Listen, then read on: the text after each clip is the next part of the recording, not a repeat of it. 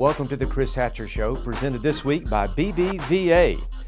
I'm your host, Kevin Blackwell, and of course this week I'm joined, as usual, by Samford head football coach Chris Hatcher. For the first time in 475 days, this past Saturday, Samford played a game at Cybert Stadium and defeated SoCon rival Western Carolina 55-27. Though the crowd was restricted due to COVID, they were loud and they made an impact on the game. Coach, it was good to have a meaningful game at home and have the support of our home fans again. Well, it was just a great day all the way around, Kevin. It sure beat the first week. Our team came out.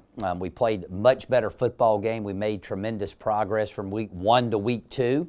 It's something as a coach that you look forward to. Playing football is hard to simulate, to playing a real game, and knocked a little rust off first game, hit on all cylinders, all 3 phases. Played really, really well. 75 degrees, no humidity. Early football season never happens, and had the first spring win in Samford football history. So it was awesome. Our crowd was outstanding, capacity crowd due to COVID, and that home field advantage was really key. What was really nice for me is after the game, playing this time of year, how many former players were at the ball game, which a lot of times they don't get the opportunity to do that in the fall due to their schedule. So it was pretty unique to be able to see that many players come back to watch a football game. No doubt. Well, let's talk about, first of all, the offense. The offense rolled up 630 total yards. Liam Welch gets the start. He turned in a solid performance, 26 for 36, 311 yards, 2 touchdowns through the air, added 83, and 3 touchdowns on the ground. Talk about Liam's play. Well, he played very solid, as you said earlier. We had a very balanced offense. I thought our offensive staff did a great job of the game plan. Coach Stewart called an awesome game. We were very patient. We were able to establish the run early, which is huge to any offense, which opened up some down the throws for Liam. And, other than a play here or there, I thought the guy played very solid. And, and he's earned the right to be the starter in the next game. And so hopefully he'll continue to get better each and every week. And, of course, Jay Stanton had a tremendous game rushing the ball. Our offensive line blocked well and, had a bunch of receivers step up and make big plays. So all in all, we'll take another performance like that again this week. And if we do that, we'll have a chance to win. Yeah, you mentioned Jay Stanton. I do want to mention he ran the ball well 23 times. 135 yards, touchdown. Dakota Chapman continues to be a force. Added another touchdown. And Ty Bowles, good to see him, 57-yard breakout run. Well, that was Ty's first career carry ever, and so I imagine he's got a pretty good stat. That's right, and I didn't mean to leave Dakota out. He had a great game. He's a blocking tight end, plays running back for us, but he's from your neck of the woods, so I knew you would mention him in here today. We got a lot of guys playing well. A.J. Toney, local guy. Ty King playing great on special teams and at receiver. Michael Weiss from Vestavia.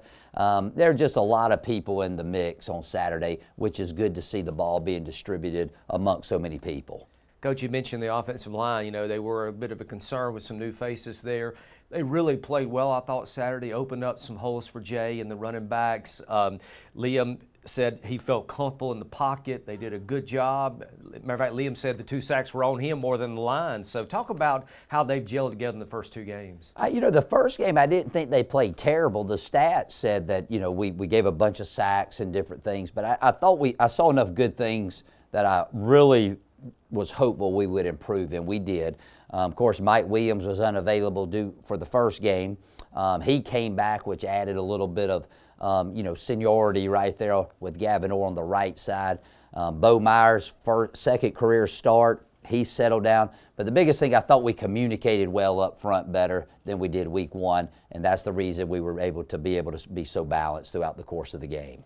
Let's talk about the defense. Defense held the Catamounts 2 of 14 on third down conversions, 2 of 5 on fourth down conversions. I think the defense had a bend but don't break mentality. They made some key stops and critical downs, particularly in the second half. Well, of course, they played well enough for us to win. And, week 1, they played outstanding football. But if you ask our defensive staff, they were not real pleased with our performance. We had some self-inflicted issues. Had a chance to play the ball in the air a little bit better, missed a couple fits. up front, and we didn't tackle particularly well like we did week one. However, we forced turnovers. We were awesome on third down, and what our defense is doing is they're getting off the field, which is allowing the offense to have more opportunities to do something with the football. So, we progressed some areas, we regressed in some areas in all three phases, but I really like the energy of our defense, and I like the way they're playing. We'll correct those errors, and this week we'll be much better than we were week two. You mentioned special teams. We did have a couple of kicking issues, but overall the special teams played well. Talk about the impact that Ty King, Montrell Washington have in regards to their ability to just kind of flip the field on punt returns and kick returns. That's a huge weapon. You change the momentum of a game quicker in special teams than any other phase. And, Ty's returning the ball extremely well 2 weeks in a row. He has a knack for it, and that's what it's all about on the kickoff return. You basically just close your eyes and run as fast as you can straight ahead, but he does a great job. And then, of course, we know what Montrell can do, and 2 big punt returns that he had. He's a little disappointed. He thought he should have broken them both, but really good blocking for those 2 guys. I thought, we kicked the ball fairly well. We got to work on a few of our PAT field goal operation a little bit. And then, we got to throw in there a big play in the game was when Ty Bowles stopped the fake punt. I mean, the game was still in balance, and Dakota Chapman came in and finished him off. But, again, making plays like that in special teams is how you win games in any league, but especially the Southern Conference. That's something we did better this week than we did against East Tennessee State. This week, Samford travels to Greenville, South Carolina to take on the number 17 ranked Furman Paladins for a noon kickoff. Furman is coming off an upset, VMI, this past Saturday. We were surprised to hear that. But talk about Saturday's opponent. Well, the past couple of years to win the championship, all roads lead through Furman and Wofford. And, they're very physical on the offensive line. Their misdirection, option, throwback screens, they do it all and do it very, very well. Very familiar with their quarterback, Hamp Sisson from Mountain Brook. Tremendous gritty player.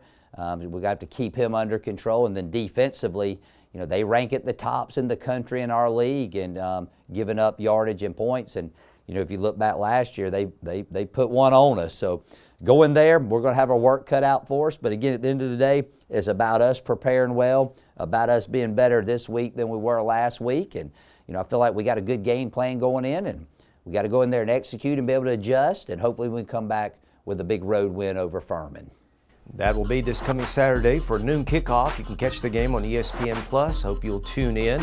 And that'll do it for this week's edition of the Chris Hatcher Show, presented this week by BBVA.